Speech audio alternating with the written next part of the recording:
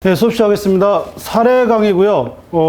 기본 강의에 이어가지고 사례까지 해서 이렇게 보통 그 기본 강의가 이제 타 강사들은 보통 한 30회에서 보통 80에서 90강 정도 하고 있는데 저는 60강 정도 이렇게 합니다. 그리고 사례 강의도 보통 한 20강 정도, 20회 해가지고 보통 한 60강 정도 하는데 저는 10회로 해서 그 보통 30강으로 끝납니다. 그래서 사례하고 기본 강의를 30일, 한 달, 30일 안에 이제 끝낼 수 있도록 하는 이유가 최대한 빨리 돌리고 나서 이제 기초 GS라든지 사례 시험을 보는 게 가장 시간을 절약하고 그리고 사례 문제 푸는 데 있어서는 그 가장 적합하지 않을까 이런 생각을 좀 해봐가지고 그럽니다. 그래서 이게 끝나고 나서 4월 10일부터 또 기초 GS 들어가기로 했는데 보니까 이제 마감이 됐더라고요. 그래서 현장 강의를 중심으로 해가지고 하는 이유는 이제 첨삭 때문에 그렇게 되고요.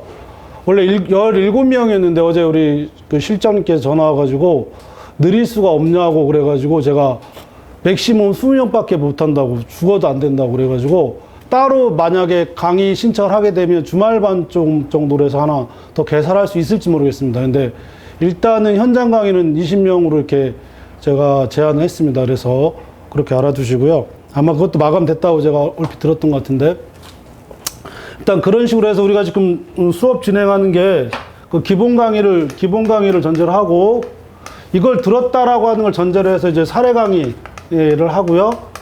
나중에 여기에서 이제 기초 GS까지 자연스럽게 나가고 그 다음에 동차반 실전 GS가 있는데 이 실전 GS는 이제 여기까지는 아마 제가 볼 때는 처음 하신 분들은 꼭 들으셨으면 좋겠고 이 동차반 실전 GS를 들을지 아니면 A형을 들을지 아니면 A형, B형을 들을지는 여러분들이 선택을 해도 되지 않을까 이렇게 생각을 합니다. 그래서 차이는 이 동차반 실전 GS는 이거 정말 동차반입니다. 그래서 조금 시간 지나서 다시 한번 얘기하겠지만 동차반에서 합격하기는 되게 힘듭니다. 뭐 여기서 이제 나오는 용어들이 이제 부진정 동차니 뭐 이런 이상한 얘기하고 있는데 어쨌거나 뭐 그해 1차 합격하고 그 다음에 그해 2차까지 합격한다는 걸 전제를 하더라도 어쨌거나 예전에 들었다 하더라도 이거 되게 힘들다.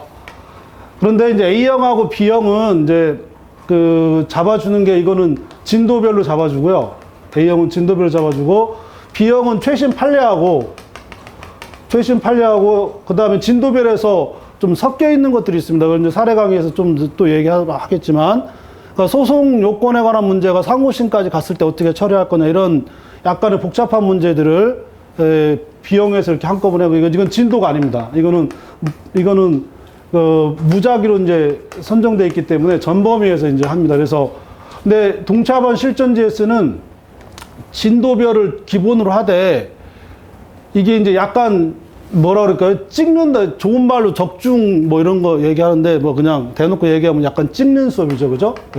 찍어서 진도별로 이렇게 나갑니다. 왜냐하면 동차반들은 일단 기득보다는 그 시간적인 여유라든지 혹은 암기라든지 뭐 일단 전체적인 체계가 안 잡혀 있기 때문에 최대한 요 동차반에서 일단 하도록 하겠다 해서 원래 우리 커리큘럼이 이렇게 되어 있고 현재 이제 사례 강의까지 10회, 20회 곱하기 이제 3회 이제 해가지고 보통 한 30강 정도 이렇게 나갈 것이다. 이렇게 생각하시면 됩니다. 그래서 요 10회 안에 진도별로 전체적으로 다 나갈 건데 이 책이 거의 한 800페이지 정도가 되는데요. 800페이지 안에 쟁점 정리까지 같이 들어가 있습니다. 그래서 쟁점 정리가 된 상태에서 사례 강의를 이렇게 풀어나가는 형태로 이제 해 나갈 것이고요. 그래서 수업 시간은 이제 우리가 해야 될 거는 이제 사례 강의 전에 진도별로 쟁점 정리를 하고요. 쟁점 정리를 다시 한번 하고 이 쟁점 정리를 기본으로 해가지고 진도별로 사례를 이렇게 풀어나갈 것이다. 이렇게 생각하시면 됩니다. 이거는 이제 응용하는 거니까 그 쟁점 정리라든지 기본 지식을 우리가 이걸 응용하는 이런 과정이기 때문에요. 요 안에서 정리하시고 또 여러분들이 따로 실제 시험에 들어갔을 때 얼마만큼 답안지를 작성할 수 있느냐라고 하는 하나의 서술 능력에 관한 문제가 되기 때문에 그런 것들을 여러분들이 좀 체크도 하시고 암기도 하시고 이런 과정이 지금 사례 강의에 있다 이렇게 생각하시고 여기까지는 제가 혼자 합니다. 여기까지는 제가 혼자 이제 칠판에서 막 하고 제 딴엔 굉장히 재밌다고 하는 농담인데 여러분들이 안 오셔서 좀 그렇게 좀 가끔 좀 제가 좀 수석했는데 그래도 뭐 항상 혼자 웃으면서 하는 거니까 신경 쓸 거 없는데, 여튼 그래서 요 혼자 하고 요때부터는 여러분들이 이제 직접 써보는 과정이고요. 요 기초 GS 들어가기 전까지 여튼 최대한 쟁점하고 요약되는 강의가 어떤 건지, 그리고 어떤 사례들이 나올 수 있는지를 사례 강의를 통해서 우리가 한번 이렇게 보는 것이다, 이렇게 생각하시면 될 것 같습니다. 그래서 하시고, 교재는 제가 지난번에 얘기했지만 요 교재로 나올 겁니다. 그래서 표지는 거의 기본 강의서하고 똑같고요. 그 다음에 나머지는 뭐 기본적으로 이제 나가면서 이렇게 한번 보도록 할 거고, 오늘은 1교시에서는 사례 강의를 어떻게 할 것인지에 대한 논의를 하고, 사례 풀이를 어떻게 할 건지 이런 논의를 대략적으로 하고요. 2교시부터 아마 본격적으로 이제 사례 문제 풀어 들어갈 건데, 그렇게 생각하시고, 오늘 책 준비가 안 돼 있으면 오늘까지는 제가 오늘 나갈 사례들에 대해서 이렇게 복사를 해가지고 같이 보는 과정이고, 그리고 뒤에 기본적인 사례는 이렇게 제가 꼭 이 시간에 꼭 풀어야 되겠다라고 하는 사례들 있잖아요, 그죠? 이게 안 먹는데?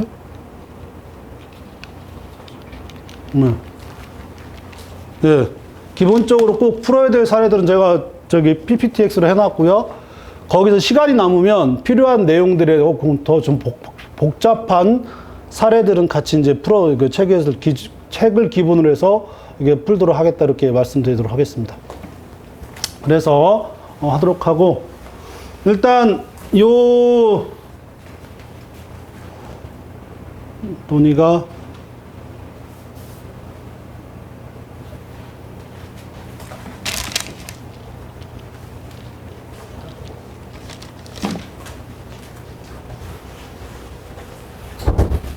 저와 정리되는 동안에 지금 현재 어제 이제 그 아침부터 제가 카톡을 받았는데 막 70점 몇 점이요? 그죠? 70점 몇몇으로 지금 이번 동차 합격과 그러니까 1차의 합격 점수가 나와가지고 뭐 이러저러한 얘기, 어제 9시 되자마자 제가 6개인가 7개의 카톡을 받았어요. 그래가지고 그 합격하지 못했다고, 원래 연락도 안 하던 분들이 갑자기 연락을 하신 분이 3명이 있고, 우리 이제 수강생 중에 또 한 2명이 또 연락을 했고, 그래가지고 제가 보통 한 75점, 76점 정도가 보통 아마 예상하지 않았을까 생각하는 이유가, 그리고 그게 타당했던 이유가 어디였냐면, 예전 평균이 보통 한 76점에서 78점으로 항상 그렇게 해왔었습니다. 그죠? 해왔었고, 그 다음에 작년에 80점으로 이렇게 형성이 되었기 때문에 그거보다 어렵다라고 한다면, 예전보다 평균이 보통 한 그만큼 올라간 만큼 내려갔다라고 볼 수밖에 없잖아요. 그죠? 그래서 76점대 평균이 형성됐었던 것이고, 그리고 그게 어려웠으니까 80점이니까 80점, 78점 보통 이제 항상 이렇게 77점에서 78점 이렇게 형성되었었고요. 그 다음에 80점이니까 뭐 이런 식으로 해서 75점 이렇게 이제 대략 통상 이렇게 얘기합니다. 그리고 아마 그렇게 되어 있었는데, 뭐 보니까 뭐 매강가 어딘가도 뭐 이런 얘기도 하고 막 여러 가지 이런저런 얘기들이 굉장히 많았는데, 어쨌거나 뭐 그거하고는 상관없이 제가 우리 기본 강의 하면서 항상 늘상 얘기하지만, 동차반이든 부진정 동차든 그런 용어 가지고 싸우는 이유도 없지만 일단 해놔야죠. 그죠? 1차 끝나고 나서 어차피 이걸 포기하지 않을 거면, 계속 할 거라면 기본적으로 할 수밖에 없어요. 그런데 그거에 대해서 뭐 물론 그 낙담하거나 뭐 여러 가지 이제 고민 때문에 이제 안 할 수도 있지만, 여튼 어제 있었던 일 중에 굉장히 의미가 있다, 이렇게 생각하시면 될 것 같아요. 그죠? 이렇게 해서 하시면 되고, 지금 리모컨이 안 넘어가는데? 리모컨 전원을 예. 됩니다. 그죠? 그래서 제가 잘못했네요. 예, 이제부터 이제 사례 강의 들어가도록 하는데, 사례 강의. 우리가 사례 강의라고 하는 것은 기본 강의에서 했었던 지식 있잖아요. 그죠? 민소법적인 지식을 이 실제 사례에 이제 응용하는 거죠. 그죠? 응용해가지고 서술하는 겁니다. 그죠? 이 서술하는데 이제 대개 이제 서술식이 있고 개조식이 두 가지가 있어요. 이제 개조식이라고 그래가지고 주로 이제 그 행정문서 같은 경우에 주로 이제 명사형으로 끝나는 형태로 우리가 개조식이라 하고, 일반적으로 이제 서술식이라고 합니다. 그래서 일단 이 서술식에 대한 기본적인 그 서술 방법에는 대개 이제 두 가지 형태가 있는데, 하나는 추론형이라는 게 있죠. 지금 우리서 보고 있는데 추론형이 있고, 또 하나는 논증형이라고 있습니다. 그래서 이 추론형이라고 하는 것을 대개 이제 변호사형이라고 또 얘기를 하거든요. 변호사형이라고 또 당사자형이라고 또 얘기합니다. 당사자형이라고 얘기하고, 그 다음에 논의될 수 있는 게 지금 논증형이 있어요. 그래서 논증형은 주로 이제 판사형이라고 또 얘기를 하고요. 그 다음에 이게 직권 조사형 뭐 이렇게도 얘기합니다. 이제 그 교수들마다 약간 그 실제 수업 들어가면 그 표현하는데 약간 표현하는데 약간 표현들을 좀 달리하고 있지만, 가장 큰 차이점은 그 사례형에서 가장 큰 차이점은 결론이 앞에 있느냐 뒤에 있느냐입니다. 결론이 앞에 있느냐, 논증형은 뒤에 있는 거죠. 그죠? 논증형은 뒤에 있는 거기 때문에 이 결론이 앞에 있느냐 뒤에 있느냐의 차이라고 생각하시면 됩니다. 여기서 공통적인 거는 여러분 꼭 잊지 말아야 될 것 중에 하나가 뭐냐면, 결론을 안 쓰는 사례형은 없어요. 어떤 경우에도 결론은 반드시 써야 되고, 그리고 또 결론을 분명하게 제시해 줘야 됩니다. 근데 주의할 거는 결론을 꼭 맞췄느냐 안 맞췄느냐가 중요한 게 아니고, 결론에 이르는 과정 혹은 결론을 미리 제시하고 그 이유나 근거를 어떻게 설명하느냐의 차이가 있을 뿐이지, 항상 그 추론형이든 논증형이든 그리고 어떤 형태든지 간에 반드시 결론을 써줘라 해서, 나중에 하다 보면 이 결론에 대해서 안 쓰거나 하는 경우가 굉장히 많아요. 그래서 이 부분은 여튼 오늘 다른 건 모르시더라도 오늘 결론은 사례형에서 꼭 써줘야 된다, 이렇게 생각하시면 되고요. 결론을, 추론이라는 게 그렇잖아요. 그죠? 결론을 이루어 나가는 과정이기 때문에 결론을 어떻게 써 나가느냐 해가지고, 일단 처음에 이제 쟁점의 정리, 그래서 문제의 소재나 논점의 정리나 문제의 제기 뭐 해가지고 상관없습니다. 어떤 거든 상관없고, 이게 원래는 글을 쓰는 데 있어서는 일종의 서론이에요, 서론. 그래서 먼저 내가 이런 내용을, 그러니까 쟁점을 제시하는 거죠. 쟁점을 제시하고, 쟁점을 제시된 쟁점에 대해서 쟁점별로 이렇게 목차를 잡아요. 그리고 목차를 잡고 쟁점 제시에 대해 목차를 잡았으니까 결론을 내주는 건데, 결국 변론이라고 하는 것은, 변론주의라고 하는 것은, 당사자주의라고 하는 것은 주장하고 증명하는 거잖아요. 그죠? 주장하고 증명하는 거기 때문에 나중에 이제 여러분들이 변론 준비 서면을 작성하게 되면, 변론 준비 서면이라는 건 주장하고 증명하는 방법을 서면으로 작성하는 거고요. 그러면 내가 무엇을 변론하고, 그래서 그 결론이 뭐다라고 판사한테 주장하는 거기 때문에, 어떤 사안이 나오면 그 사안에 대해서 다시 한번 얘기하지만 주장하고 증명하는 것을 서면으로 이렇게 쓰는 하나의 연습 방법이 지금 사례강입니다. 그래서 요 과정 있죠, 그죠? 그래서 쟁점을 정리하고 쟁점 1, 2, 쟁점 3이 나오면 보통 4까지 나오겠죠, 그죠? 그래서 4 혹은 쟁점이 하나라 하더라도 논리적 전개 방식이 있을 수밖에 없어요. 그래서 예를 들어서 뭐 당사자 능력이면 당사자 능력에 관한 소송 요건을 전체적으로 소송법상 지위가 어떤 건지 설명한다든지, 이런 논리적 전개 과정에서 설명을 하고, 그리고 쟁점들에 대한 자기 주장, 근거를 쓰고, 그래서 결론이 어떻다, 이런 과정을 거치는 게 이른바 변호사형 답안 혹은 당사자형 답안, 이렇게 얘기합니다. 이건 제가 하는 게 아니고요. 일반적으로 법학과에서 통상 이렇게 얘기를 합니다. 그리고 또 하나가 어떤 답안이 있느냐면, 조금 전에 얘기했지만 논증형 답안이죠. 그죠? 논증형 답안인데, 이거는 뭐 뻔하죠. 왜냐하면 주문이죠. 주문이고 이유죠. 그러니까 대개 판결문이 주문과 이유로 결정이 되어 있고, 주문을 내놓고 이유를 이제 쭉 쓰는 겁니다. 이건 논증이죠. 그러니까 결론을 내놓고 논하여 증명하는 거죠. 이 결론이 왜 맞는지. 그래서 대개 대법원 판결문 같은 거 보면 주문 내놓고 제1점의 상고 이유에 대하여, 제2점의 상고 이유에 대하여, 이렇게 판결문들을 나중에 보시다 보면 그런 판결문들을 보는데, 그런 판결문들의 가장 대표적인 게 1점 주문에 뭐 원고의 청구나 기각한다거나 뭐 인용하는 여부를 여기에다가 왜 그런 사실관계를 보건대하면서 쭉 자기가 혹은 대법원 판사들이 이제 얘기를 써놓은 겁니다. 이제 이런 답안이 있어요.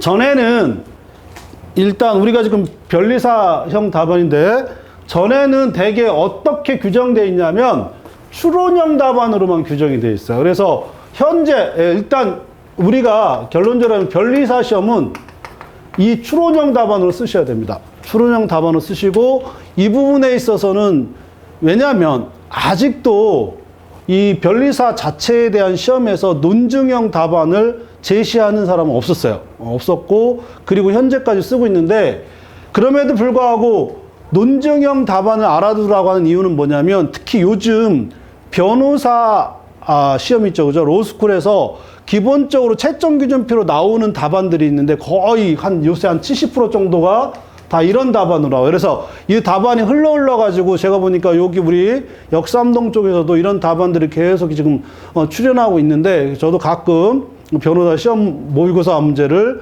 여러분한테 제시하고 이런 것들은 꼭 살펴봐라 이렇게 말씀드리거든요. 근데 그런 차원에서 보건대 이런 답안도 가능하겠다 이렇게 하시고요. 일단 우리가 지금 제 책은 앞으로 이런 답안도 있지만 논증형도 있지만 거의 다 추론형 답안을 가지고 거의 이제 답안을 쓸 겁니다. 쓸 것이고, 변리사든 변호사든 어쨌거나 변론 준비 서면에서 어떻게 자기 주장을 펼쳐 나갈 건지에 대한 기본적인 논의가 있기 때문에 그 논의를 준비 서면에서 이렇게 쓰는 기본 연습이라고 생각하는 게 이제 사례 강의라고 생각하시면 됩니다. 그죠? 그렇게 해서 이렇게 쓰시면 되겠다. 이렇게 말씀드립니다. 그죠? 그래서 특별한 사유가 없는 추론형 답안을 하고요. 예외적으로 우리 사례에다 보면 논증형 답안도 있을 수 있어요. 그래서 제 책에서는 계속 그런 답안, 특히 이제 변호사의 모의고사에서는 의미 있는 것들은 제가 같이 우리 책에도 좀 기재해 놓고 앞으로 사례 문제 풀면서도 같이 볼 건데, 어쨌거나 그런 의미다라고 해 놓고, 그리고 사례 문제 풀 때는 항상 추론형, 변호사형 답안을 작성하시도록 하라 이렇게 말씀드리겠습니다. 근데 이거는 이제 해보셔야 알 것이고요. 이렇게 답안 작성은 두 가지 유형 중에서 우리가 할 거는 추론형 답안으로 할 것이다. 그래서 앞으로 계속 그렇게 이제 할 겁니다. 그죠? 그래서 구체적인 이제 사례를 들어가는데, 지금 우리가 앞으로 10회 동안 해야 될 그 수업 내용들이 있는데, 일단 소송 요건 있죠. 그죠? 소송 요건이 법원하고, 그 다음에 당사자하고, 그다음에 소송물이 있습니다.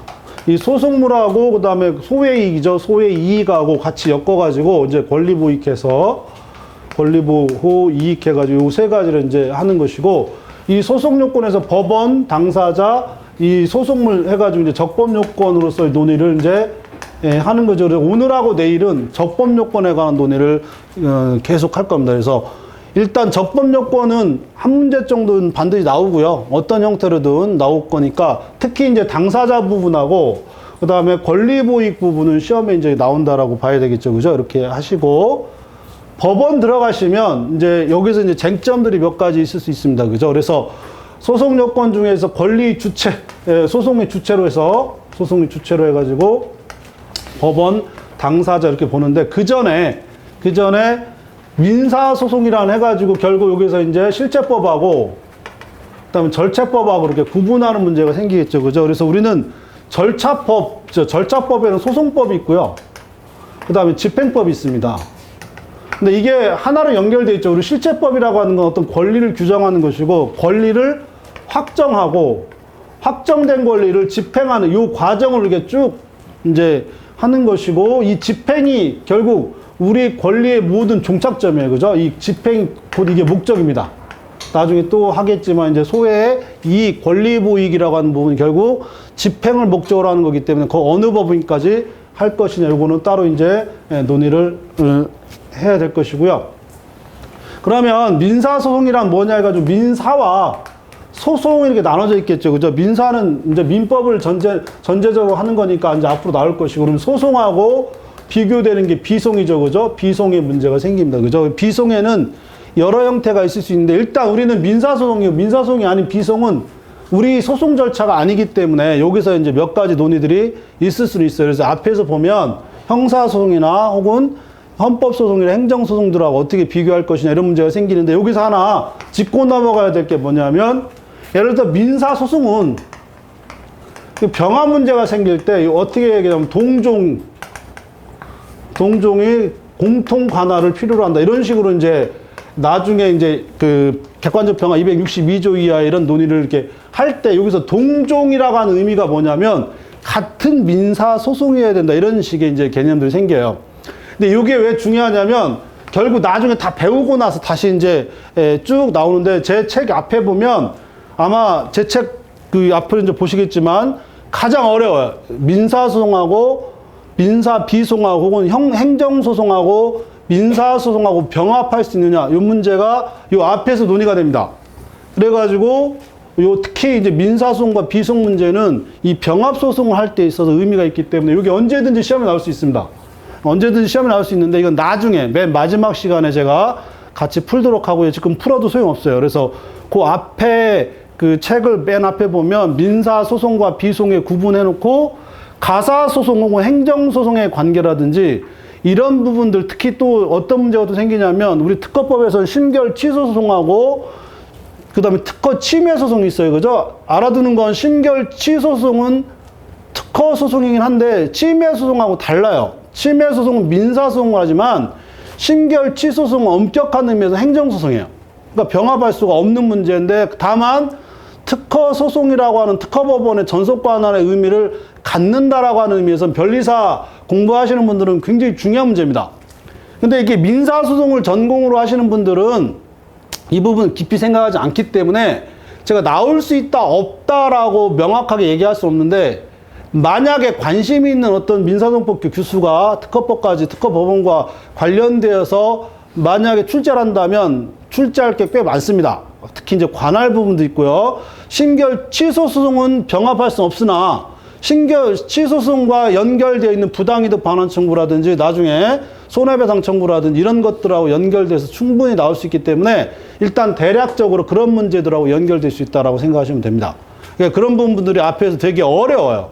어렵고 혹시 제 책을 사셔가지고 공부하실 분들 있잖아요. 그 앞에 분은 요 신이치까지는 빼고서 하세요. 지금은 현재는 빼고 하세요.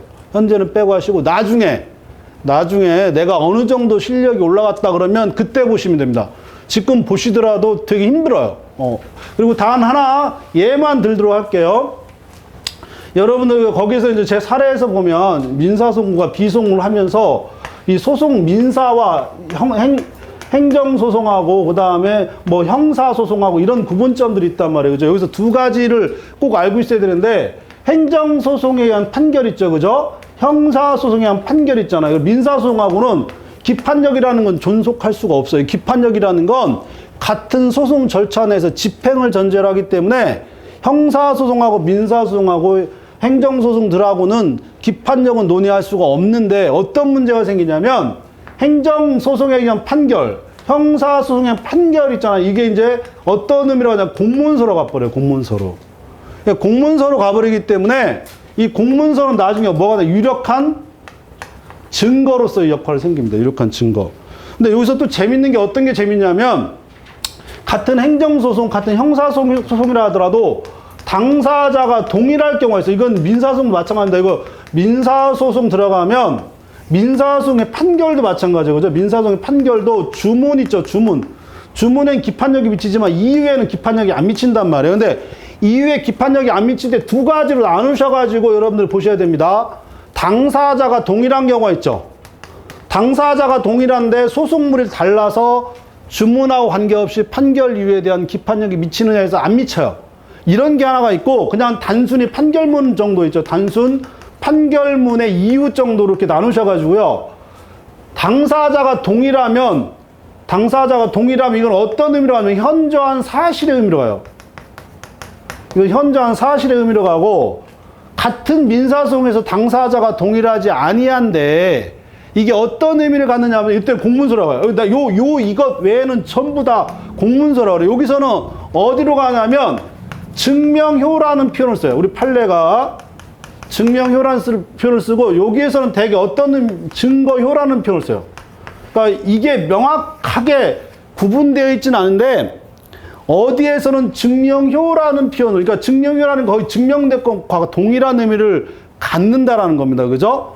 그런데 유력한 증거효라고 하는 것은 배척을 하게 되면 배척을 이유를 설시해야 되는 이런 문제가 생긴단 말이에요. 근데 요거를 구분하실 필요가 있다. 그래서 어떤 책에서 보면 여러분들이 나중에 민사 판결에 있어서 이게 현저한 사실과 동일한 의미를 갖는다라고 하는 그 기판력은 부여되지 않지만 판결 민사소송의 판결 유의가 현저한 사실의 의미를 갖는다라고 표현한다는 건 증명효를 갖는다라고 보는 것으로 보고요. 이게 아니면 전부 다 유력한 증거.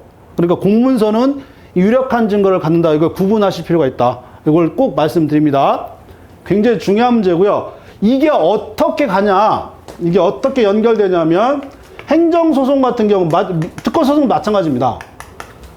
일단 명시적으로 나와 있는 거는 이제 행정소송인데 갑이 을을 상대로 이게 그러니까 개인이고요.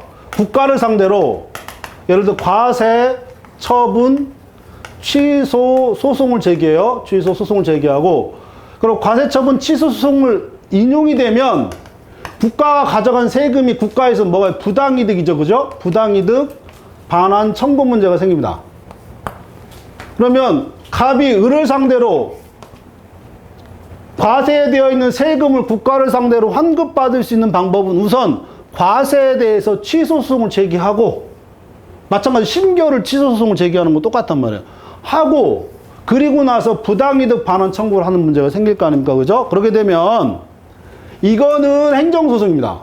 기본적인 성격 자체가 민사소송에서 행정소송이 되고 그 다음에 부당이득 반환 청구는 민사소송이 돼요. 그러면 이제 이걸 병합해가지고 청구할 수 있는 문제가 생기면 이제 거듭 얘기하자면 객관적 병합 중에 단순 병합이 들어가는데 그럼 단순 병합에 병합이 가능하냐면 동종 공통 관할이 인정이 돼야 되는데 이게 인정이 안 돼요. 그러나 행정소송법 10조에 의하면 이런 경우에는 행정소송 법원에서 병합할 수 있도록 해줍니다. 이게 이쪽으로 안 가지만 이게 이쪽으로는 갈 수 있어요. 이런 문제들이 몇 가지 생길 수 있어요. 그러니까 지금은 이런 정도의 문제들이 오히려 앞에서 굉장히 중요하게 언급이 되고 있다. 이런 정도로 여러분 잡아주시고 중요한 거는 요 판결은 행정소송 판결하고 민사소송 판결은 기본적으로 뭐예요?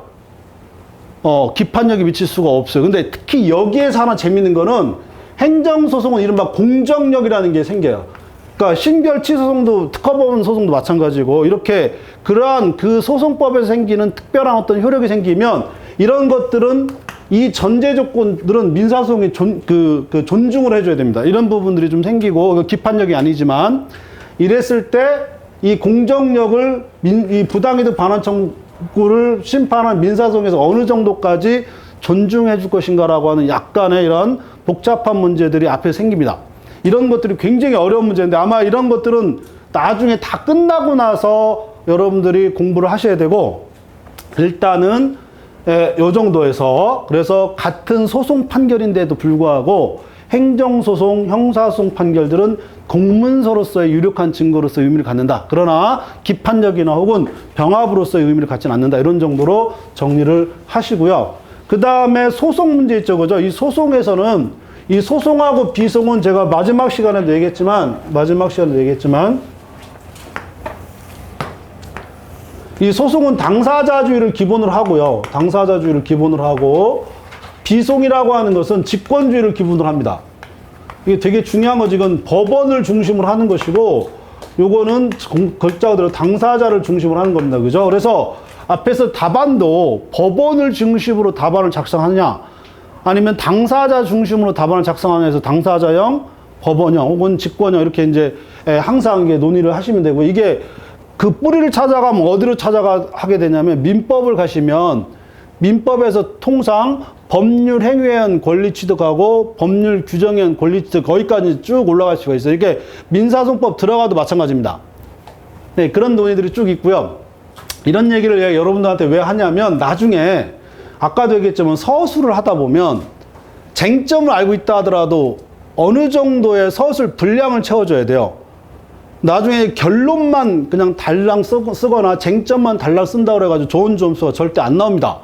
그 얘기는 답안을 나중에 쓰실 때 그 바탕이 되는 자료들이 굉장히 많은데 그 바탕이 되는 자료들 중에 가장 근본적인 자료가 여기 있어요. 나중에 하다 보면 그런 것들 여러분한테 미리 지금 얘기를 하는 것이고 그런 의미에서 여러분들이 바탕을 좀 잡아주시고 가시라 이렇게 얘기하는 겁니다. 그래서 당사자주의를 전제로 해서 결국 개시와 범위와 종류죠. 그죠? 종류가 당사자에게 있으면 처분권주의가 되는 거고, 그 다음에 직권주의는 뭐예요? 이것이 법원에 있는 건데 이걸 직권조사주의라고 얘기하죠. 그죠? 이거를.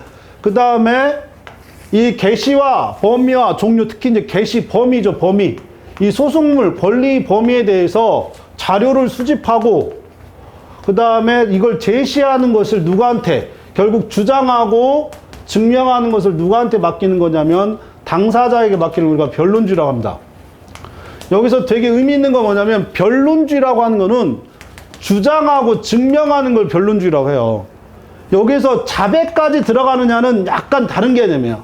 일단 정통적인 의미, 변론주의라고 하는 거는 자백까지 들어가야 됩니다. 그래서 우리가 변론주의라고 하는 건 주장 책임, 자백의 구속력, 증명 책임까지 들어가는데 요건 직권탐지주의예요. 직권탐지주의라고 해가지고 요건 법원이 자료 수집을 누가 하는 거냐면 자료 수집 자체를, 그 자료 수집의 그 원인도 있죠. 누가 판단하냐면 법원이 판단하는 겁니다. 그죠? 그런데 여기에 중간 있죠. 중간. 요 중간 어떤 의미냐면 이 자백의 구속력이 없는 형태의 수집 방법이 있어요. 이걸 우리가 뭐라고 그래요? 우리가 직권조사 사항이라고 그러잖아요. 그죠? 뭐 프로펑이니 프로제스니 뭐 해가지고 어디서 되지도 않는 그 독일어 갖다가 막 이게 설명하고 막 이러는 경우들이 있는데 다 의미 없는 거고, 일단 요 직권조사 사항이니까 이 직권조사 사항 중에 자백의 구속력이 없는 것도 직권조사 사항인데 이것도 그냥 변론주의라고 표현합니다. 우리 판례가.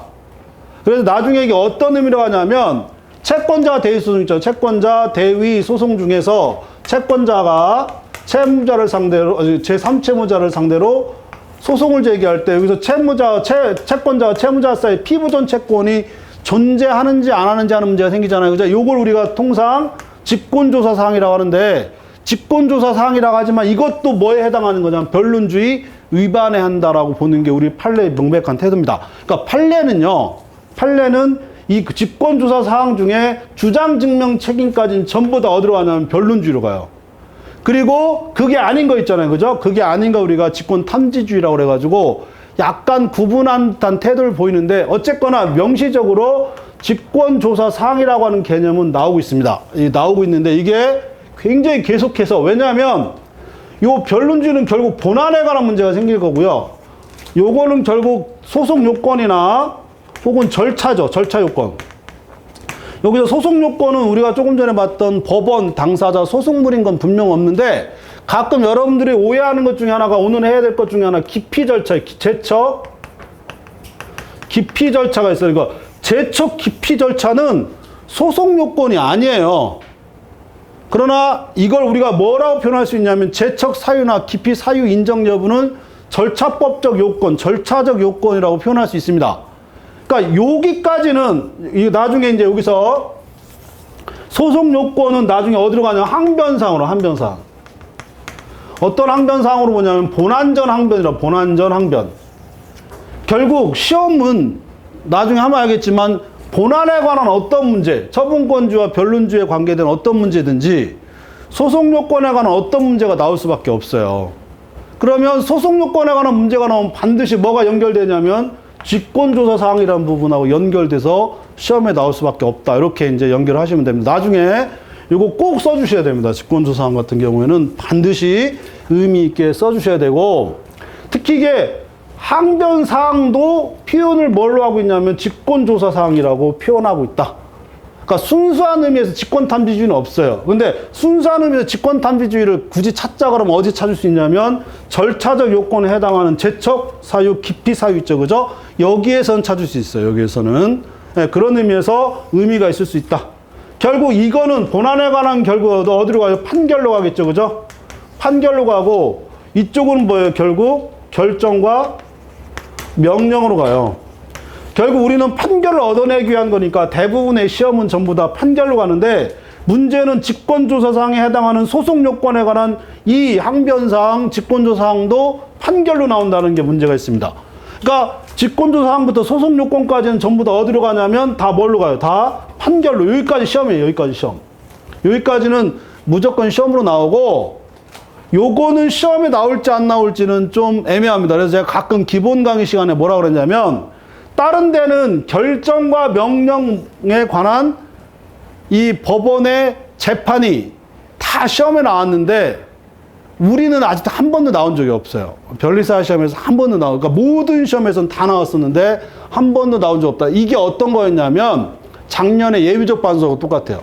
예비적 반소가 모든 다른 시험에서는 다 나왔었는데 변리사 시험에서는 아직 10몇 년 동안 안 나왔다. 이게 언제고 나온다. 이런 식의 그 어떤 추론이라 할까요? 어떤 논의가 바로 여기서 생길 수 있어요. 그래서 올해는 항고하고 있죠. 그죠? 항고 절차에 대한 논의를 한 번씩은 꼭 보셔야 됩니다. 왜냐하면 지난 몇 년 동안 모든 시험에 다 나왔는데 그리고 판례들도 계속 출연하고 있는데 변리사 시험에서는 한 번도 안 나왔다라고 하는 것. 요거 특히 이송, 그 다음에 기피 절차, 그리고 나중에 항고 자체에서 제도의 고안이라고 하는 게 있어요. 그죠? 그런 부분들은 한 번씩 반드시 체크하고 넘어가시라. 이런 말씀을 드립니다. 그래서 한번 나올 때마다 얘기할 거고, 여기에서 다시 한 번만 제가 그림을 그리면 변론주가 있고 원래는 이게 직권탐지 직탐으로 가야 되는데 직탐 중에 이 중간 영역이 뭐가 되냐면 이른바 직권조사 사항이라는 거 있죠. 요게 있다.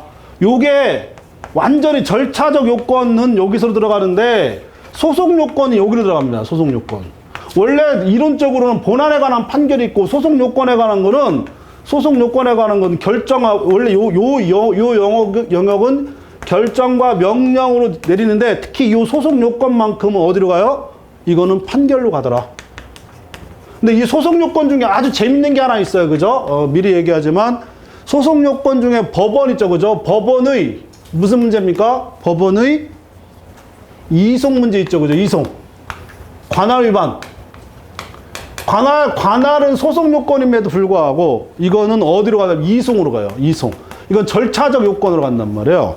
그러니까 이건 무슨 문제가 생기냐면 항고 문제가 생겨요. 항고. 그래서 여기까지 연결될 수 있습니다. 그죠? 이렇게 해서 소송 요건 중에 법원의 관할 문제 빼놓고 물론 기피도 마찬가지지만 결국 법원에 관한 문제는 잘 보시면 법원에 관한 문제는 어떤 거냐면 전속관할이 있어요. 전속관할. 이따가 하겠지만 전속관할은 완벽한 의미에서 소송 요건입니다. 그러니까 전속관할 위반 문제는 무슨 문제가 생겨요? 각하 문제가 생겨요. 이거는 각하 문제가 생기고 나머지는 그러니까 관할 들어가면 제가 기본 강의 시간에 임의관할이냐 전속관할 나눠가지고 보라고 했잖아요. 나눠가지고. 그러니까 임의관할 문제는 문제가 그러니까 전속관할 문제는 원칙적으로 각하 문제가 생기는데 특히 동종이냐 아니냐. 그러니까 이런 문제가 생겨요. 행정소송 있잖아요. 행정소송.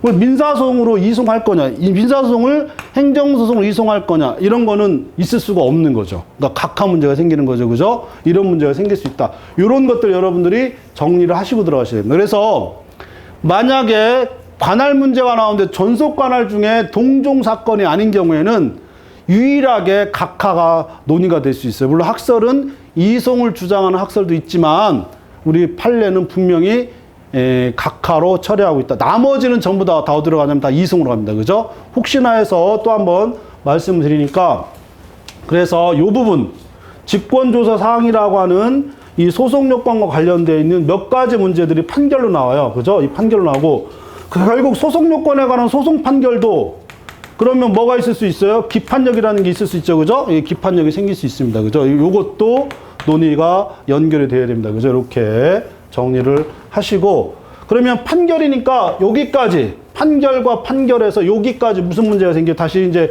여기서부터 합시다. 여기서부터 판결이 나와요. 판결. 그리고 직권조사 사항에 해당되는 소송 요건이죠. 이 소송 요건도 판결로 나오니까 여기까지 판결이에요. 판결인데 여기서 또 되게 재밌는 구조가 생기죠. 본안에 관한 판결 문제는 바로 항소로 가요. 항소. 그죠? 항소로 가는데 이거 항소심에서 할 기각과 인용만 생겨요. 이 본안에 관한 판결은 항소의 기각과 인용만 생긴단 말이에요. 그런데 이 직권조사 사항에 해당하는 소송 요건 있죠. 이 소송 요건은 물론 판결이기 때문에 항소가 생기는데 이때 뭐가 생기냐면 418조가 또 생긴다는 거예요. 418조가 항소심에서 요 418조가 여기서 걸려요. 418조가 걸리기 때문에 다시 또 파기환송할 건지 파기자판할 건지 이 문제가 또 생기죠. 그리고 이 소송 요건도 상고심 가면 또 생겨요. 그죠? 왜냐하면 소송 요건에 대한 각하 판결을 항소했고 이 항소한 거에 대한 항소 기각 판결을 가지고 또 상고해버리면 본안 판결이 없기 때문에 다시 또 어디로 돌려버려야 되냐? 1심 판결로 돌려보내야 되고 하는 문제가 생깁니다. 그래서 의외로 이 소송 판결에 대한 기판령 문제, 그 다음에 확정 전에 상소제도에서 해결해야 될 문제들이 굉장히 많다. 이거를 소송 요건을 하면서 여러분들 명백하게 짚고 넘어요. 그러니까 단순히 각하할 거냐 말 거냐가 아니라 문제가 나올 때는 그렇게 했는데 기판력은 그때 가서 하도록 하고 이거는 항소를 하면 이거 어떻게 처리할 거냐 이런 문제가 항소심하고 상고심하고 계속 생긴다. 이걸 여러분들이 정리를 하셔야 됩니다. 이게 충분히 시험에 나올 수 있고 우리 변리사 시험에도 나왔어요. 이건 한 6, 7년 전에 나왔기 때문에 지금 다시 한번 고민을 하셔야 됩니다. 그리고 이 소송 판결에 대한 418조 문제는 항상 시험이죠. 그죠? 이거는 418조 문제는 항상 시험이기 때문에 그것도 여러분들이 이 기회에 정리를 하셔야 됩니다. 그죠? 그렇게 해서 소송하고 비송 문제는 이 정도로 정리하시고 의외로 시험에 나올 게 많아요. 그죠? 의외로 시험에 나올 게 많고 그런 정도로 정리하시면 됩니다. 그 다음에 이제 이 소송요건 법원 들어가기 전에 우리가 꼭 해야 될 게 이제 소송요건 들어가기 전에 신의칙을 한번 정리하고 들어가셔야 되는데 신의칙의 의미가 뭐냐라고 하는 걸 다시 한번 얘기합니다. 그죠? 신의칙이라고 하는 것은 이거는 민사소송의 이상이에요. 민사소송의 이상. 민사소송 이상이 뭐가 있어요? 이걸 꼭 정리하라고 그랬잖아요. 민사소송 이상이라고 하는 건 공정하고, 그 다음에 뭐예요? 공정하고, 그 다음에 적정하고, 그 다음에 적정한 절차죠. 그죠? 그 다음에 소송 경제와 그 다음에 신속이에요. 신속. 그리고 여기에다가 뭐까지 있는 거예요? 민사법 2조에 신의칙까지 신의칙. 민사소송은 공정하고 적정하면 소송 경제 신속. 이 소송 경제와 신속은 빨리, 최대한 빨리 절차. 그럼 만약에 나중에 어떤 절차에 하자를 치유할 거냐라고 하는 논의가 생기게 되면 만약에 절차의 하자를 치유하자라고 긍정서를 하잖아요. 그죠? 절차에 하자가 있어도 이게 치유가 가능하다라고 하게 되면 이게 어떤 의미를 가져요? 만약에 절차의 하자를 이게 적극, 긍정, 소극, 부정을 해요. 절차의 하자를 치유하지 않으면 다시 돌아가야 되잖아요. 그죠?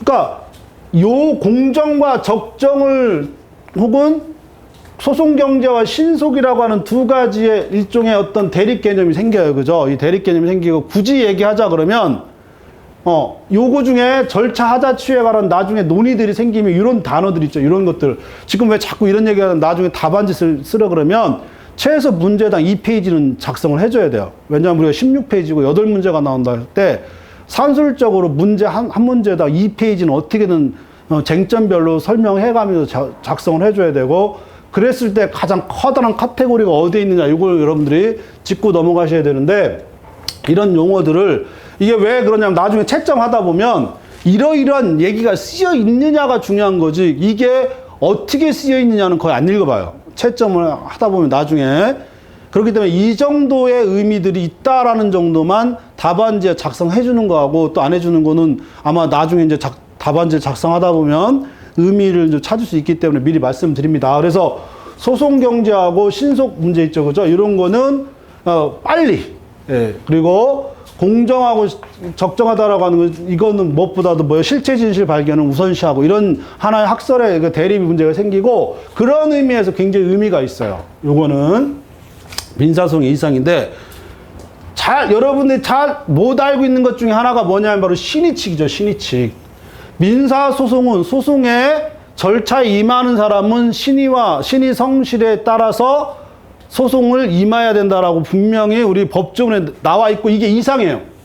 그러면 이것을 위반했을 때 그러니까 여기서 이미 우리는 여러분들 꼭 짚고 나와야 되고 신의칙 자체는 민사소송 이상이에요. 이상. 그러니까 신의칙에 위반되면 어떻게 처리할 거냐라고 하는 문제가 생기는데 신의칙에 위반되면 어떤 법률적 효과가 생기냐라고 하는 어떤 법률적 효과가 그죠? 어떤 법률적 효과가 생기냐는데 결국 신의칙에 위반된 판결에 대한 법원의 조치 혹은 효과라고 하는 게 뭐냐?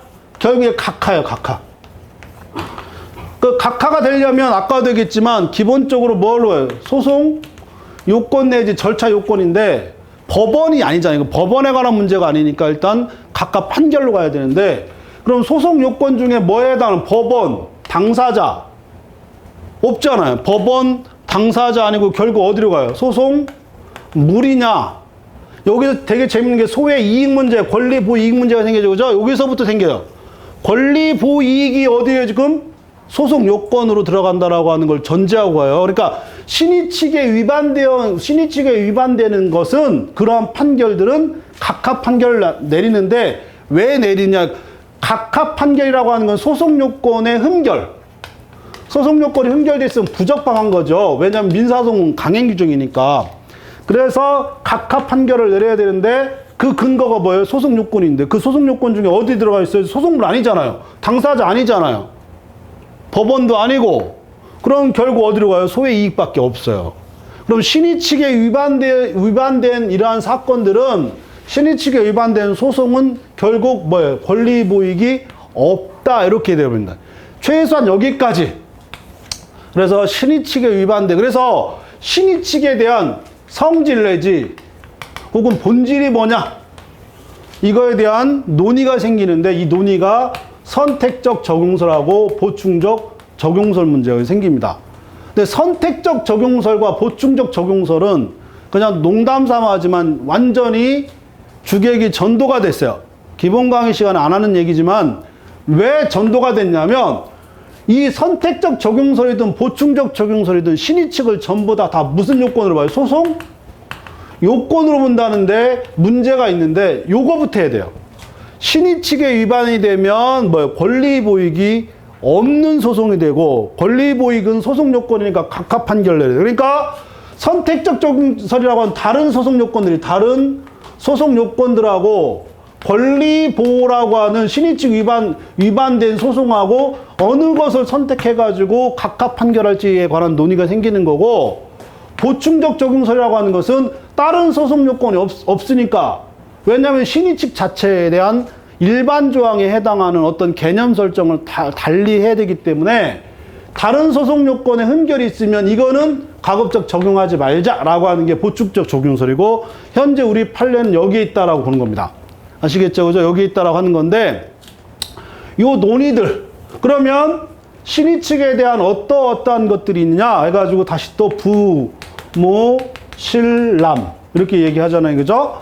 근데 이 부모 신람이라고 하는 것 자체는 의미가 없어. 이거 외우지 마시라고 그랬잖아요. 그냥 부모 신람이라고 소권 남용, 실효의 원칙, 모순행위, 그다음에 부당 형성 전부 다 그냥 신의 측에 위반된 거지, 이 자체가 하나의 의미가 있는 것은 아닙니다. 그렇기 때문에 어떤 소송이 나왔을 때 권리 보익 문제가 생기면 특히 이 신의 측을 전제를 하는 것이다. 가장 대표적인 게 뭐예요? 제소금지죠. 요 제소금지 들어가면, 제소금지가 왜 논의가 여기서 생기는 거예요? 이게 명문으로 규정되어 있는 것 중에 하나가, 종국 판결이 나고 소를 취하했잖아요. 그죠? 종국 판결이 나고 소를 취하고 또 제소를 하는 것 자체가, 소를 취하했다는 것이 농락 방지, 그러니까 두 가지 학생, 농락을 방지한다라고 하는 거, 그 다음에 소권 남용이라고 하는, 이것 가지고 싸우고 있는데, 농락 방지를 하든 소권 남용을 하든 어차피 뭐예요? 신의 측의 위반이야. 어차피 신의 측 위반이니까 제소는 금지시킨다라고 216조 2항에서 명문으로 268조죠. 명문으로 규정을 해놨단 말이에요. 명문으로. 그렇게 정리를 하시고, 이게 가장 대표적인 겁니다. 그러니까 여러분이 제 책이 아닌 다른 책을 보다 보면 이 선택적 적용설을 뭘로 보고 있냐면 실체법적하고 혹은 절차법, 이 선택적으로 하는데 이건 말도 안 되는 얘기고, 그렇기 때문에 실효의 원칙이라는 건 적용될 여지가 없는 거예요. 그러니까 실체법적인 요건하고 절차법적 요건을 구분하려고 하는 게 기본적인 태도고, 이렇게 정리하시면 됩니다. 그래서 신의 측은 곳곳에서 시험에 나와요. 곳곳에 우리도 한번 계속 시험에 나왔고, 일단 제소금지가 일단 여기서 한번 논의를 해야 되고, 우리가 나왔던 문제는 부재소 합의였죠. 그죠? 부재소 합의. 이렇게 되는 거죠. 그죠? 부재소 합의를 했는데 소를 제기했잖아요. 그죠? 부재소 합의했음에도 불구하고 소를 제기했다. 어떻게 처리할 거냐? 그러면 일단 부재소 합의가 소송상 계약이라고 하는 것을 반드시 써줘야 되죠. 이게 효력이 있는지를 한번 써줘야 됩니다. 그래야 이 효력이 있으니까 그걸 위반했다라고 신의칙을 걸 수 있는 거죠. 그러니까 이 소송상 합의에 대한 논의를 먼저 하고, 아, 효력이 있어. 근데 이때도 가잖아. 항변권설. 또 얘기하잖아요. 그죠? 항변권설. 왜 항변권설이에요? 권리보익은 소송요건이죠. 소송요건은 직권조사사항이라고 하지만 주장과 증명은 당사자에게 맡겨져 있으니까 이걸 변론주의라고 얘기할 수도 있고 항변권이라고 얘기해. 항변은 변론이니까. 그러니까 다 연결돼요. 그죠? 그렇게 해놓고 이거는 이러한 소재 얘기는 뭐가 돼요? 결국 신의칙에 위반돼서 권리보익이 없으므로 이렇게 나와요. 그죠? 권리보익이 없으므로 각하해야 돼요. 요게 살짝 뭐가 들어가요? 각하하기 전에 불의의 탈을 방지하기 위해서 지적 의무라고 하는 거 있죠. 그죠? 성명 의무. 이거 또 써줘야 돼요. 그렇게 결국 이런 문제가 나오면 딱 보면 알겠죠. 부재수 합의 나오면 일단 여기서 써줘야 될 게 소송상 합의의 효력. 어떤 효력이냐? 아, 이게 뭐예요? 신의칙 위반은 권리보익이다. 이렇게 일단 유효하고 그 유효하기 때문에 이거 위반된 건 신의칙 위반돼서 그리고 나서 무슨 문제? 원래 소각화해야 돼. 소각화. 그죠? 이렇게. 그런데 그 와중에 뭐가 들어요? 지적 의무. 지적 의무 이렇게 됩니다. 그리고 소각하기 전에 신의칙 위반 문제를 여기서 써줘야 되죠. 신의칙 위반, 권리보익을 써줘야 되고, 그러면 이거를 이제 다시 이제 하면 문제의 소재, 그 다음에 소송상 합의 효력, 소각화 판결, 소송 요건에 관한 논의, 지적 의무, 그리고 결론. 이런 식으로 하든, 이걸 바꿔도 상관없어요. 어떻게 해도 상관없어요. 이거는 이런 쟁점들을 정확히 잡으셔가지고 쓰셔야 된다. 이렇게 이제 자연스럽게. 의외로 지금 우리가 봐야 될 신의칙 문제는 굉장히 의미가 있게 곳곳에 잘 나오고 있으니까 아마 제가 기본 강의부터 쭉 얘기하지만 이 신의칙을 이만큼 얘기하는 사람이 없을 거예요. 그만큼 중요해요. 아주 시험에 잘 나옵니다. 생각보다도 훨씬 잘 나오고 있기 때문에 신의칙에 대한 논의를 좀 여러분들이 좀 해주시라. 이렇게 얘기합니다. 그죠? 요 신의칙이 끝나고 나면 어디로 가요, 지금? 법원으로 가는 거죠. 그죠? 법원으로 가기 전에 신의칙을 정확하게, 그리고 이게 권리보익이 없어요. 심지어 어디까지? 심지어 이게 집행까지도, 이게 원래 집행, 저지 효력도 있어요. 그죠? 그리고 청구, 이의 사유됩니다. 그죠? 이게 청구 이의 사유됩니다. 변종 후 사유로서도 인정되고 있다라고 하는 것 곳곳에 다시 한번 여러분들이 확립을 해주시고요. 이거 한번 이것만 한번 풀어보고 구체적으로 이제 법원부터 들어가도록 하겠습니다. 그래서 앞으로는 지금 우리 이 시간에 했던 게 뭐예요? 서술 방법이죠, 그죠? 서술 방법은 기본적으로 어떻게 하는 거예요? 그럼 추론형으로 우리가 할 거고요. 그 다음에 이거 우리가 변호사 혹은 변리사 형 답안으로 하고, 그죠? 그래서 그런 판례가 있죠, 그죠? 심결 취소소송은 변리사가 하더라도 침해 소송은 변리사가 못한다에 대한 헌법 불합치 결정, 그러니까 그 헌법 소원 소송에서 위반 소송인가 해서 일단 합헌 판결은 받았는데 그거에 대한 지금 논의가 있잖아요. 그죠? 아마 그런 건 아마 있을 겁니다. 그런 차이들이 있을 수 있다. 그래서 추론형 우리가 앞으로 그러니까 추론형이라고 하는 건 문제의 제기. 그래서 서론이라는 거 없어요. 내가 앞으로 써야 될 거를 서론이잖아. 순서. 내가 이러한 걸 쓰겠다. 이렇게 하는 겁니다. 물론 좀 더 들어가면 서론을 잡아주는 거는 여러 형태들이 있을 수 있어요. 여러 형태들이 있고 이거 장문을 하다 보면 여러 개 되게 좋은 얘기들이 많지만 우리는 그런 뭐 할 거 없고 그냥 쟁점 몇 가지가 있다. 이 문제에서. 그래 놓고 두 번째 쟁점을 잡았으니까 쟁점 1, 2, 3 쟁점이 보통 한 두세 개 정도가 나옵니다. 맥시멈 3개예요. 더 이상 나오지 않습니다. 여러분들이 이제까지 변리사 시험 기출문제를 우리 올려놔서 봤죠, 그죠? 우리 이제 제가 기출문제 2022년도까지 올려놨는데 그거 보시면 알겠지만 쟁점이 3개 이상 나온 그러한 사례는 없어요. 한 번도 없어요. 그러니까 하나 정도가 쟁점 하나 정도가 나올 수 있는데 예를 들어 쟁점 하나에 뭐래서 제3계항변에 뭐 이런 게 나왔다. 제3계항변의 기판력. 그럼 제3계항변의 기판력이 쟁점이지만 그 제3계항변의 기판력 나오기 전에 뭘 논의해 줘야 돼, 그럼 논리적으로. 기판력에 대한 일반적인 논의, 특히 기판력에 대한 무슨 논의, 시적 범위에 관한 논의를 써줘야 되겠죠, 그죠? 써주고서 이렇게. 그러니까 어떻게 답안지를 구성하셔야 되냐면 1번 문제의 소재, 쟁점 정리해놓고 2번, 3번, 그리고 4번 내지 5번에서 둘 중에 하나, 쟁점이 두세 개가 나오면 5번까지. 그렇지 않으면 4번에서 무조건 결론을 내주자. 이렇게 정리를 하세요. 이거는 거의 틀입니다. 거의 틀이고, 가끔 제가 그런 얘기를 하는데 제 얘기를 못 믿을까 봐서 하는 얘기인데, 제가 뭐 이건 절대 여러분들한테 그럴 얘기 하려고 하는 게 아니고 56회인가 해가지고 가끔 제가 그 얘기를 하는데, 제가 정말 잘해서가 아니라 그 변리사가 정말 잘하셔가지고 지금 수석까지 했다라고 하는 얘기를 하는데, 그 박정우 변리사가 딱 하나밖에 없어요. 나한테 배운 거. 요거밖에 없어요. 왜냐면 그 전에 박정우 변리사는 앞에 쟁점을 잡거나 이런 내용들은 잘 써줬는데 정리를 못해요. 정리를 못하는 가장 근본적인 것 중에 하나가 목차가 한 6, 7까지 가요. 그래서 처음에 내가 뭐라 그랬냐면, 이분이 78점 얼마가 나왔잖아요. 한 60, 아마 그 법률저널인가 어디 들어가면 아마 찾을 수 있을 거예요. 아직도 그런 내용이 있으니까. 박정우 변리사 옛날에 6번, 7번, 그럼에도 불구하고 결론 또 안 써요. 그래가지고 제가 처음에 와가지고 한 2회, 3회 동안에 이것만 잡아, 이것만. 결론은 4회 내지 5회에서 끝내주고, 무조건 5를 넘어가는 답안은 없어요. 이런 답안은 없어요. 그러니까 가끔 여러분들 보면 답안지를, 제 답안지도 마찬가지고 5를 넘어가는 답안지가 있으면 미친 답안지. 이거 박사학위 논문 정도가 되면 석사학위도 거의 안 넘어가요. 석사학위 논문도 거의 6, 7을 안 넘어가요. 이거는 그런 학위 논문도 아니고 기껏 주어진 사례를 논리적으로 설명하는 건데, 이 논리적으로 설명하는 것을 학자적 입장에서 보면 5를 넘어가는 것 자체를 이해를 못해. 무슨지 아시겠죠? 그죠? 그러니까 무조건 1번부터 4번, 5번이 맥시멈 20점짜리인 경우는 5까지 간다. 이렇게 생각하시고 답안을 작성하시되, 이건 서론이고 결국 어디에서 다 답안을 작성해? 2번하고 3번하고 논리적으로 어떻게 답안을 작성해? 이거를 여러분들이 계속 연습을 하셔야 됩니다. 이거는 내가 엊그제 놀랬잖아요. 엊그제도 제가 지난주인가 제가 설명회를 갔다가 요 상표법을 하시는 한성민 변리사 하시더라고요. 그죠? 한성민 변리사도 내가 긴가민가 했어요. 옛날에 나한테 같이 수업을 하셨는데 되게 잘하셨어요. 한성민 변리사도 되게 정진환 변리사 그분도 그렇고, 한성민 변리사도 인사를 하길래 깜짝 놀랐어요.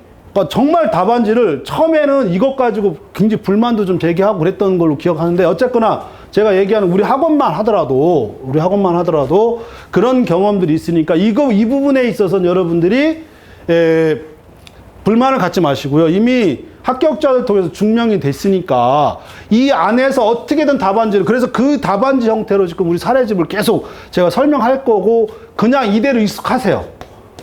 이거는 합격자들이 항상 이렇게 해왔어요. 그러니까 전에 다른 식으로 하다가 그 안 유명 강사들 답안지를 따라 하다가 결국 와가지고 나하고 같이 한 건 이거밖에 없어요. 그분들은 실력이 좋기 때문에 굳이 할 것도 없어요. 가끔 가다가 제가 이런 거 힌트만 드려요. 당사자 주인이 처분권 주인에서 답안지에 좀 어떻게 써라 이런 정도 빼놓고 기본 실력들이 다 있었기 때문에 저한테 해가지고 우수한 성적을 받았다라고는 하지 않습니다. 내용적인 측면에서는. 그러나 이런 부분들은 굉장히 도움을 많이 받았다. 이렇게 제가 미리 들었고 했기 때문에 요대로는 하시라. 요거 말씀을 제가 다시 한번 강조해서 드리는 거니까. 그래서 앞으로 이렇게 답안지를 작성하고, 이러한 경우에 그럼 어떻게 할 거냐.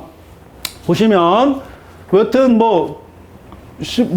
금융위에 따른 신분번호에 쌓였고, 그 다음에 여기서 퇴직금을 받았어요. 그죠? 퇴직금을 수령하면서 어떠한 퇴직금을 수령하고 나서 5년이 지나자 활력을 되찾고, 그래서 해고 무효 확인해소와 임금 청구해소를 제기하였다. 여기서 그러면 무효 확인해소하고 임금 청구해소를 제기할 때 가끔 이런 거 가지고 이제 확인해소에 대한 이익을 논의할 수 있는데, 이거는 굳이 논의할 필요가 없어요. 왜 논의할 필요가 없냐면, 임금 청구는 이행해소고 이건 확인해소니까 이른바 중간 확인 판결의 의미가 생기죠. 이 판력을 부여를 받기 위해서 얼마든지 할 수 있고, 그냥 이런 거는 그냥 당연히 소외이익이 있다. 그러니까 그걸 물어보는 문제가 아니니까 일단 그런 정도 하시고요. 이에 대하여 A는 해고가 경영상 필요한 정리해고이며 갑이 회사 예산을 가면서 자발적으로 해고를 받아들였다고 주장하며 갑이 청구는 부당하고 주장하고 있다. 그러면 해고를 받아들였다고 주장하며 갑이 청구는 부당하다고 주장하고 있는데, 이게 의미가 뭐냐? 이렇게 한번 논의하셔야 되고요. 1심 법원은 본안 심리를 거쳐 맞춰 사건이 판결하게 선고하게 되었고, 그래서 이제 본안 심리까지 했고, 이거 418조라고 하는 걸 이제 알아낼 수 있겠죠. 그죠? 그래 놓고, 피고가 명확히 주장한 바가 없음에도 불구하고 권리보호가 없다는 이유로 부적법 소각과 판결하였다. 타당한지 설명하시오. 그렇게 해서 나중에 이제 이거 항소법원으로 이렇게 쭉 2번 문제는 이제 항소법원으로 쭉 넘어가는데, 그러면 이게 부적법 소각과 판결하였다는 타당한지 설명하시오 해가지고, 물론 진도별로도 이게 신의칙이라고 하는 게 문제의 소재. 물어보는 게 뭐예요, 지금? 부적법 소각과 판결한 것이 타당한지 설명하여. 그러면 2번. 결론은 뭐야, 결론. 타당. 이렇게 쓰면 안 된다, 이렇게. 끝. 뭐 타당하냐, 타당하다. 이거 뭐예요, 그러면? 그럼 여기다 논리적으로 설명해 줘야 될 거 아니에요. 그죠? 그러면 어떻게 설명해요? 그러니까 일단 요거는 5년이 지나서 어쩌고저쩌고. 그리고 문제의 취지를 보면 가배 청구는 부당하다고 주장하였고 명확히 주장한 바가 없다 그랬잖아요. 그죠? 피고가 명확히 주장한 바가 없음에도 권리보이, 뭐에 대한? 권리보이기에 대한. 그럼 여기서 주장하는 건 신의칙 위반 문제죠. 그죠? 신의칙 위반 여부. 그 다음에 직권 판단 여부. 원래 요것만 풀어내야 돼요. 요것만 풀어내야 되는데, 여기서 의미는 권리보이기 없다라고 주장하고 있잖아요. 그죠? 권리보이기 어떤 의미냐라고 하는 거죠. 그럼 여기서 신의칙 위반이 어디까지 연결이 돼요? 권리, 보호, 이익까지 연결이 돼야죠. 그죠? 그러면 여기서 직권 판단이라는 게 직권, 조사, 사항의 의미를 써줘야 돼요. 왜냐하면 주장하고 증명하는 거는 누가?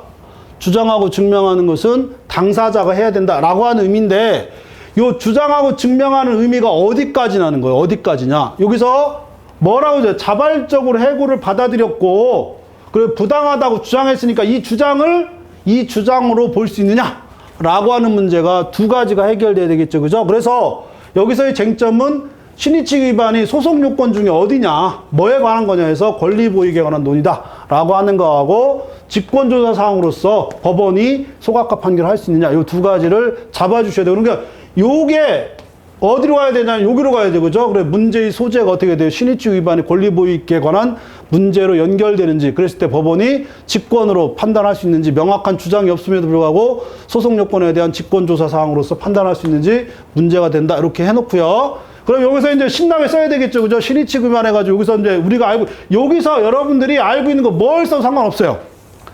다만, 신의칙 위반이 뭐로 간다? 권리, 보호, 이익, 위반으로 가는 거고, 신의칙 자체는 의미가 없어요. 신의칙 위반이 뭐라는 거예요? 권리보이기 없다라고 하는 것이, 이게 뭐예요? 소송 요건이라는 거죠. 그죠? 그리고 여기들이 여러분 신나게 쓰잖아요. 뭐, 의, 개념, 뭐 해가지고 취지, 뭐 쓰고, 막 성질 쓰고, 부당형사. 이거는 시간 낭비예요. 시간 낭비. 적절하게 쓰라는 거, 적절하게. 이거 가지고 막 여러분들이 막 답안지 쓰다 보면, 왜냐하면 채점자는 이 문제에서 지금 결론적으로 얘기하지만, 채점자는 이게 권리보익으로 소송 요건이다.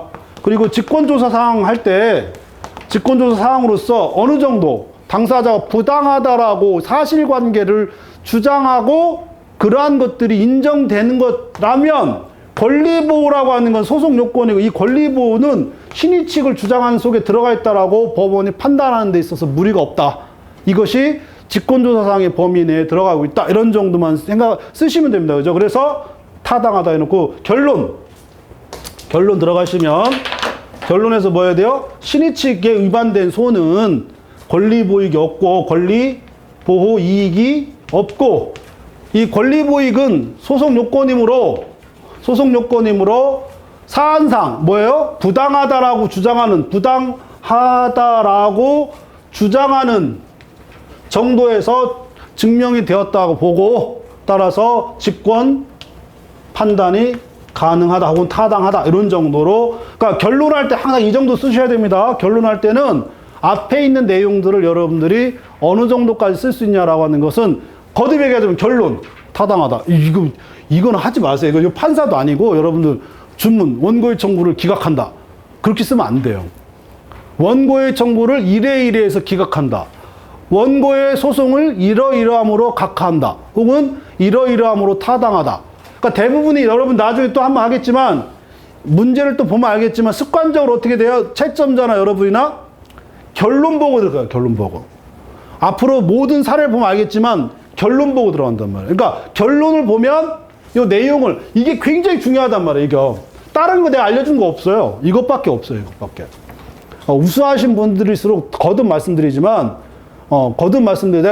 우리 상표부 하시는 한성민 변리사나 정준환 변리사나 뭐 전에 수석하신 분들이나 저한테 뭐 기본 강의 듣고 하신 분들 아니란 말이에요. 나중에 오셔가지고 같이 사례 풀면서 유일하게 죄송합니다. 제가 이런 표현을 써서 유일하게 도움받은 게 이거예요, 이거.